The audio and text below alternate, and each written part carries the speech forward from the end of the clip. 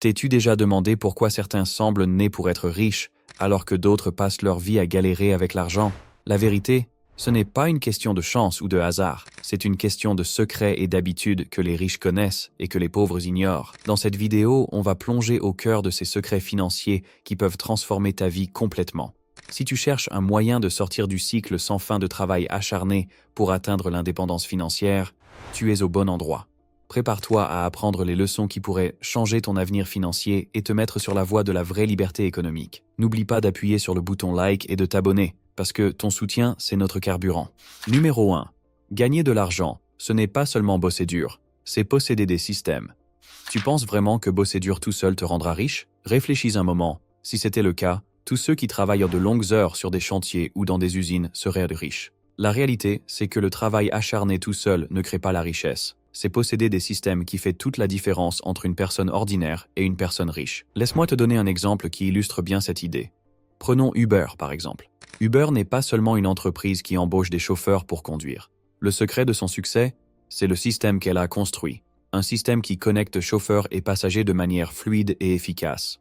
Uber possède ce système qui génère les profits, tandis que les chauffeurs travaillent dans ce système. Les systèmes font en sorte que l'argent travaille pour toi, plutôt que toi qui travailles pour l'argent. Comme le disait le célèbre investisseur Robert Kiyosaki, les riches ne bossent pas pour l'argent, ils font travailler l'argent pour eux grâce au système et aux investissements qu'ils gèrent. Alors, la question est, quel système peux-tu construire ou posséder? Ça peut être une entreprise, un investissement ou même une idée innovante qui relie un besoin du marché à tes capacités. Numéro 2. Au lieu de te focaliser sur la réduction des coûts, concentre-toi sur l'augmentation de tes revenus. Certains pensent que le chemin vers le succès financier passe par la réduction des dépenses et l'épargne de chaque centime. C'est en partie vrai, mais seulement pour une période limitée. Économiser, c'est bien, mais ce n'est pas un mode de vie à long terme. Tu dois apprendre à économiser de manière stratégique pendant une certaine période pour constituer un capital que tu pourras ensuite investir. Le but, c'est d'investir ce capital pour augmenter tes revenus. Il y a une limite à ce que tu peux économiser, mais il n'y a pas de plafond à ce que tu peux atteindre en augmentant tes revenus. Prends Jack Ma, le fondateur d'Alibaba par exemple. Jack Ma ne s'est pas concentré uniquement sur la réduction des coûts. Il a plutôt mis l'accent sur l'expansion de ses activités et l'augmentation de ses revenus. Au début, il travaillait de longues heures dans un petit bureau, pas seulement pour économiser, mais pour construire un système capable d'atteindre des millions de consommateurs. L'idée ici, ce n'est pas d'économiser pour le plaisir d'économiser, c'est d'utiliser l'épargne comme tremplin pour des investissements plus importants. Demande-toi, comment peux-tu augmenter tes revenus? Si tu as une compétence ou un service à offrir, comment peux-tu le commercialiser auprès d'un public plus large? Augmenter ton flux de revenus, c'est ce qui t'ouvrira de vraies opportunités. Numéro 3. Soit tu gagnes de l'argent pendant que tu dors, soit tu restes pauvre. Pose-toi cette question, comment peux-tu gagner de l'argent sans devoir bosser sans arrêt? L'idée, c'est que compter uniquement sur un revenu actif te limite, car ton temps et ton énergie sont limités. Tu n'as que 24 heures par jour, et tu ne peux pas y consacrer tout ton temps au travail. Les riches comprennent ce concept à fond, c'est pourquoi ils diversifient leurs sources de revenus passifs, c'est-à-dire un revenu qui continue d'arriver même quand tu n'es pas là. Pense à un exemple simple, écrire un livre ou créer un produit digital. Par exemple, Robert Kiyosaki, l'auteur de Père riche, Père pauvre, a écrit son livre une seule fois, et une fois publié, il a commencé à gagner de l'argent grâce aux ventes pendant des années, sans avoir besoin de le réécrire tous les jours. Il a investi du temps au début, et ensuite son livre est devenu une source de revenus continu, qu'il soit endormi ou éveillé. Cet exemple s'applique aussi à d'autres produits, comme des cours en ligne ou des applis mobiles. Tu crées le contenu une seule fois, tu le mets sur des plateformes comme Amazon, YouTube ou Udemy, et il travaille pour toi en générant un revenu même quand tu n'es pas là. La capacité de gagner de l'argent sans être physiquement présent, c'est ce qui distingue les riches des autres. Comme le dit Warren Buffett, si tu ne trouves pas un moyen de gagner de l'argent pendant que tu dors, tu travailleras pour toujours. La véritable indépendance financière arrive quand tu commences à posséder des actifs qui travaillent pour toi, que ce soit des investissements, des projets digitaux ou de l'immobilier. Numéro 4. Les idées sans exécution ne valent rien.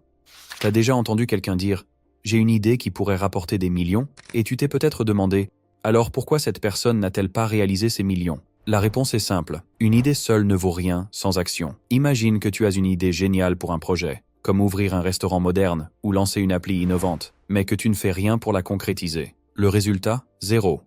Le monde est plein de gens avec d'excellentes idées, mais le vrai succès n'appartient qu'à ceux qui passent à l'action. Comme Thomas Edison l'a dit, le génie, c'est 1% d'inspiration et 99% de transpiration. C'est l'exécution qui fait toute la différence. Souviens-toi toujours que les idées seules ne te mèneront pas loin. C'est l'action continue et bien exécutée qui donne des résultats. Demande-toi, quelle action peux-tu entreprendre aujourd'hui pour transformer ton idée en réalité?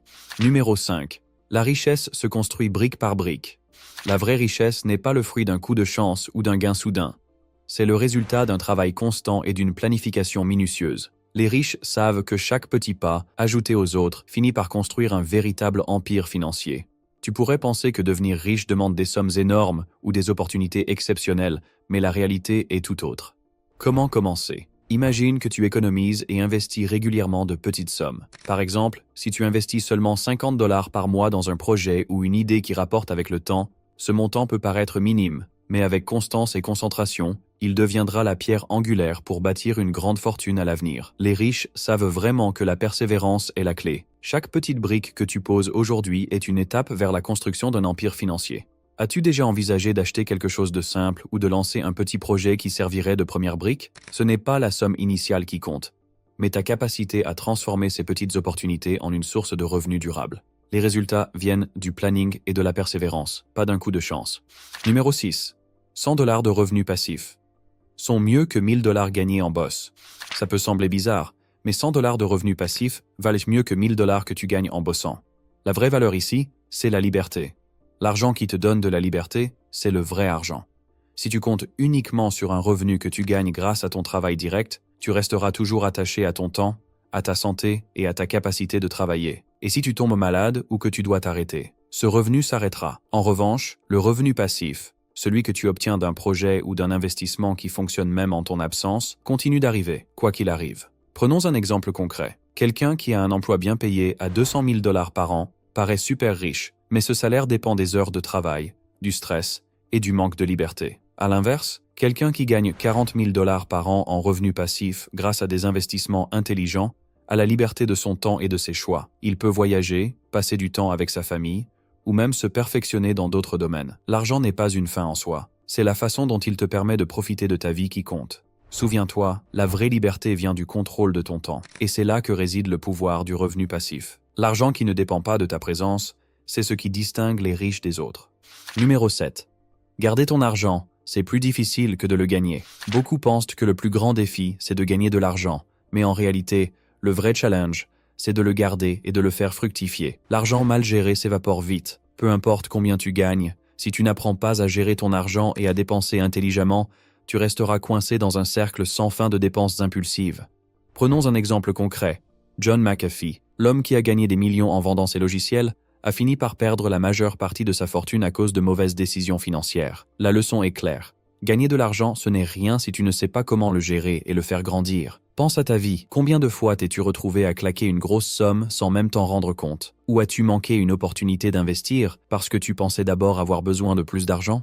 Le succès financier commence par une gestion simple et intelligente de l'argent que tu as déjà, sans tomber dans le piège des dépenses inconsidérées. Toutes ces idées t'ouvrent la voie vers l'indépendance financière. Mais la vraie question est, vas-tu les mettre en pratique dans ta vie? Partage ton avis dans les commentaires. Quelles mesures prends-tu chaque jour pour améliorer ta vie? Et si tu veux une deuxième partie sur ce sujet, on se retrouve dans la prochaine vidéo demain.